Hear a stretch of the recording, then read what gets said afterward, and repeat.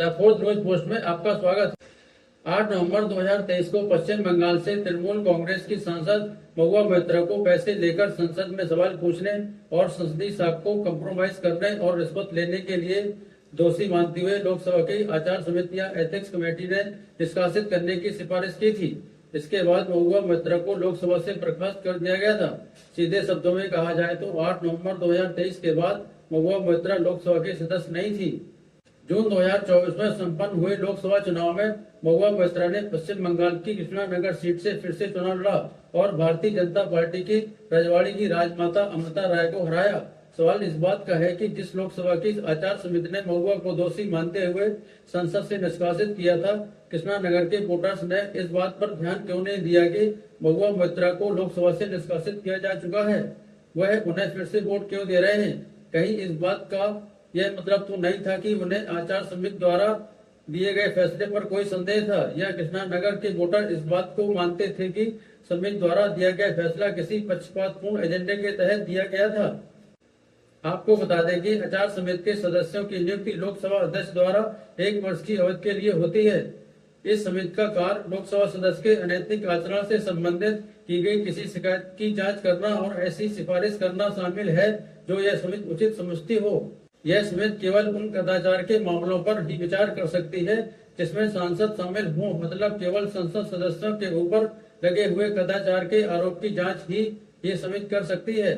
यह मामला 15 अक्टूबर 2023 को शुरू हुआ जब भारतीय जनता पार्टी के सांसद निशिकांत दुबे ने लोकसभा अध्यक्ष को एक पत्र लिखा और उस पत्र में तृणमूल सांसद महुआ मोइत्रा पर आरोप लगाया कि उन्होंने कारोबारी दर्शन हीरानंदानी से पैसे लिए और उन पैसों के बदले संसद में सवाल पूछे। निशिकांत दुबे ने महुआ मोइत्रा पर विशेष अधिकार हनन का आरोप लगाते हुए जांच समिति गठित करने का अनुरोध किया था।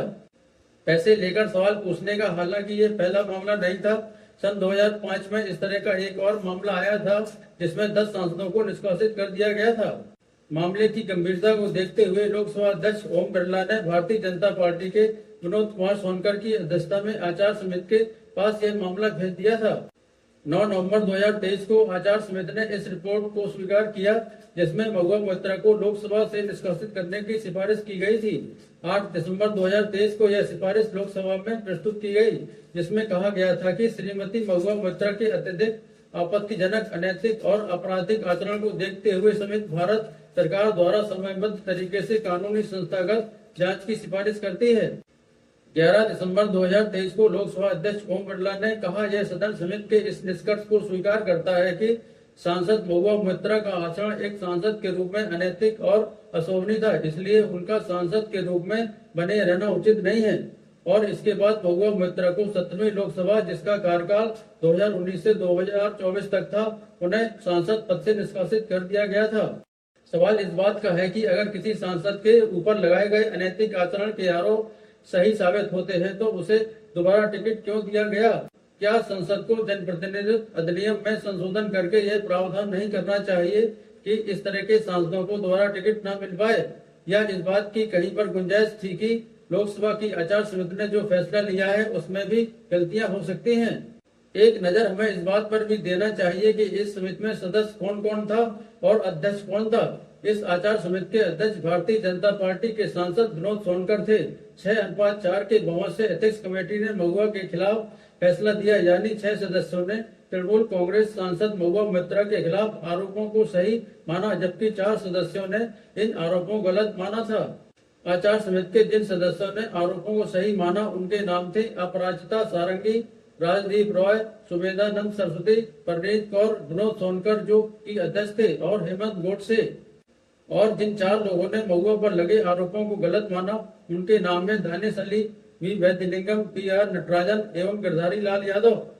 सबसे अहम बात यह है कि इस समिति के अध्यक्ष रहे भारतीय जनता पार्टी के सांसद विनोद सोनकर 2024 लोकसभा चुनाव में उत्तर प्रदेश की कौशाम्बी सीट से चुनाव हार गए, और समिति के सदस्य रहे सुमेधानंद सरस्वती जो कि भारतीय जनता पार्टी के सांसद थे, राजस्थान की सीकर सीट से भी चुनाव हार गए।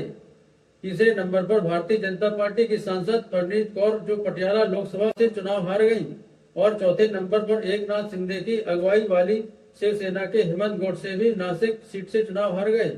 कुल मिलाकर 6 सदस्य जिन्होंने महुआ मोइत्रा के खिलाफ आचार संहिता में वोट किया था, उनमें से 4 लोग लोकसभा के चुनाव में अपनी सीट नहीं बचा पाए। बहुत सारे राजनीतिक विश्लेषकों ने इन चारों का यह कहकर मजाक उड़ाया कि जिनकी खुद की सीट का ठिकाना नहीं है, वह दूसरों की सीट छीन रहे हैं। इस पूरी रिपोर्ट से कुछ बातें सामने निकलकर आती हैं, जैसे अगर किसी सांसद पर अनैतिक आचरण के आरोप सही साबित हो जाते हैं तो उसको पार्टियां दोबारा टिकट क्यों देती हैं? क्या उन्हें आचार संहिता के फैसले पर भरोसा नहीं है? जबकि इस आचार संहिता का गठन लोकसभा अध्यक्ष द्वारा किया जाता है और लोकसभा अध्यक्ष एक संवैधानिक पद होता है। दूसरा कि कृष्णानगर की जनता को आचार संहिता में शामिल किए गए सत्ता पक्ष के सांसदों के फैसले पर भरोसा नहीं था और कृष्णानगर की जनता महुआ को निर्दोष मानती थी।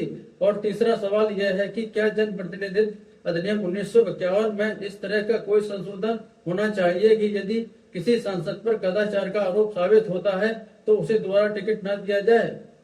फिलहाल महुआ मोइत्रा 18वीं लोकसभा की सदस्य हैं। एथिक्स कमेटी के दिए गए फैसले की आलोचना उन्होंने नई संसद में अपने पहले भाषण के दौरान भी की थी। भारत सरकार को लेकर उनका रवैया पहले से ज्यादा आक्रामक है और महुआ विपक्ष की ओर से सरकार को आने वाले सत्र में कटघरे में खड़ा करने का प्रयास करेगी। आप देख रहे थे द 4th न्यूज पोस्ट। मैं हूँ संतोष निगम।